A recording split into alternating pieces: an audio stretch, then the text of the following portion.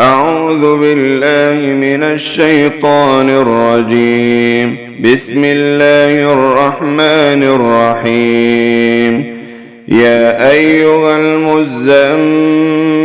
قم الليل إلا قليلا نصفه أو انقص منه قليلا أو زد عليه ورتل القرآن ترتيلا إنا سنلقي عليك قولا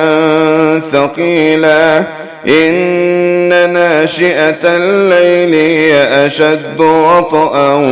وأقوم قيلا إن لك في النهار سبحا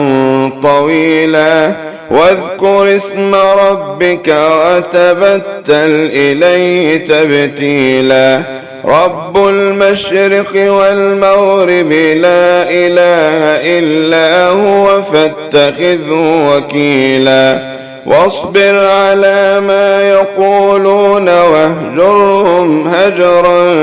جميلا وذرني والمكذبين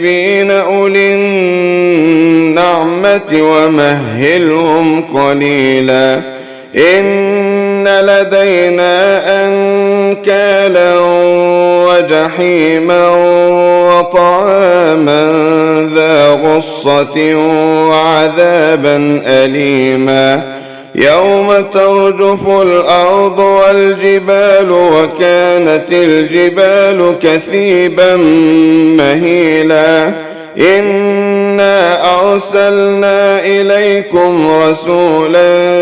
شاهدا عليكم كما أرسلنا إلى فرعون رسولا فعصى فرعون الرسول فأخذناه أخذا وبيلا فكيف تتقون إن كفرتم يوما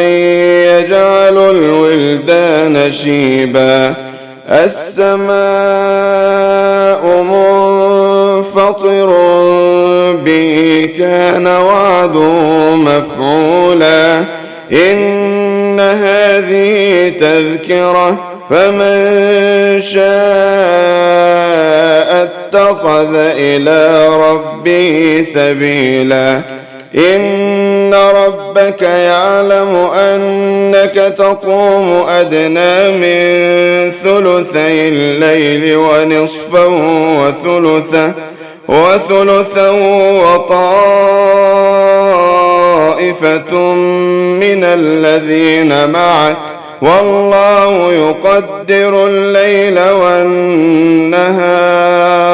علم أن لن تحصوا فتاب عليكم فاقرؤوا ما تيسر من القرآن علم أن سيكون منكم